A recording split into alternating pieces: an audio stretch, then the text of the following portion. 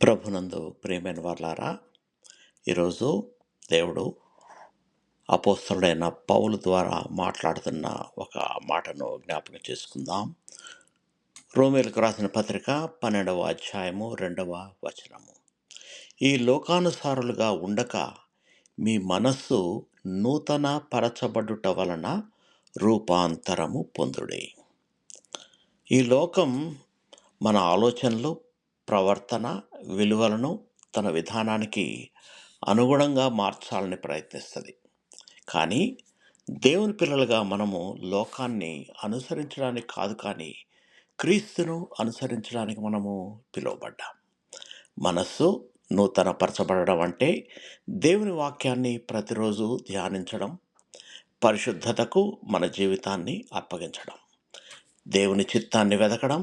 మన ఆలోచనలు మారినప్పుడు మన మాటలు, నిర్ణయాలు, జీవన విధానం కూడా మారుతుంది. ఇదే నిజమైన రూపాంతరం. దేవుడు మనలను కేవలం బయటికి మాత్రమే కాదు, లోపల నుంచి కూడా మార్చాలని కోరుతున్నాడు. అప్పుడు ఆయన చిత్తం మంచిది, అనుకూలమైనది, పరిపూర్ణమైనది అని మనం గ్రహిస్తాం.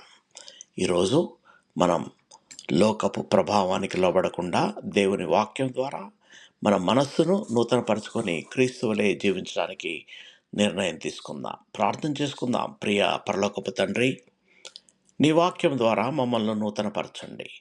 ఈ లోకపు ప్రభావాలకు లోబడకుండా నీ చిత్తాన్ని గ్రహించి దాని ప్రకారం జీవించే జ్ఞానాన్ని మాకు అనుగ్రహించండి.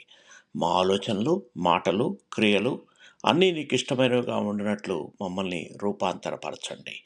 ప్రతిరోజు పరిశుద్ధాత్మ నడిపింపులో నడుస్తూ క్రీస్తు స్వరూపాన్ని ప్రతిబింబించే జీవితం జీవించడానికి మాకు సహాయం చేయండి. యేసుక్రీస్తు నామములో ప్రార్థించి వేడుకొంచున్నాము తండ్రి. ఆమేన్. దేవుడు మిమ్మల్ని బహుగా దీవించి భద్రపరచునుగాక.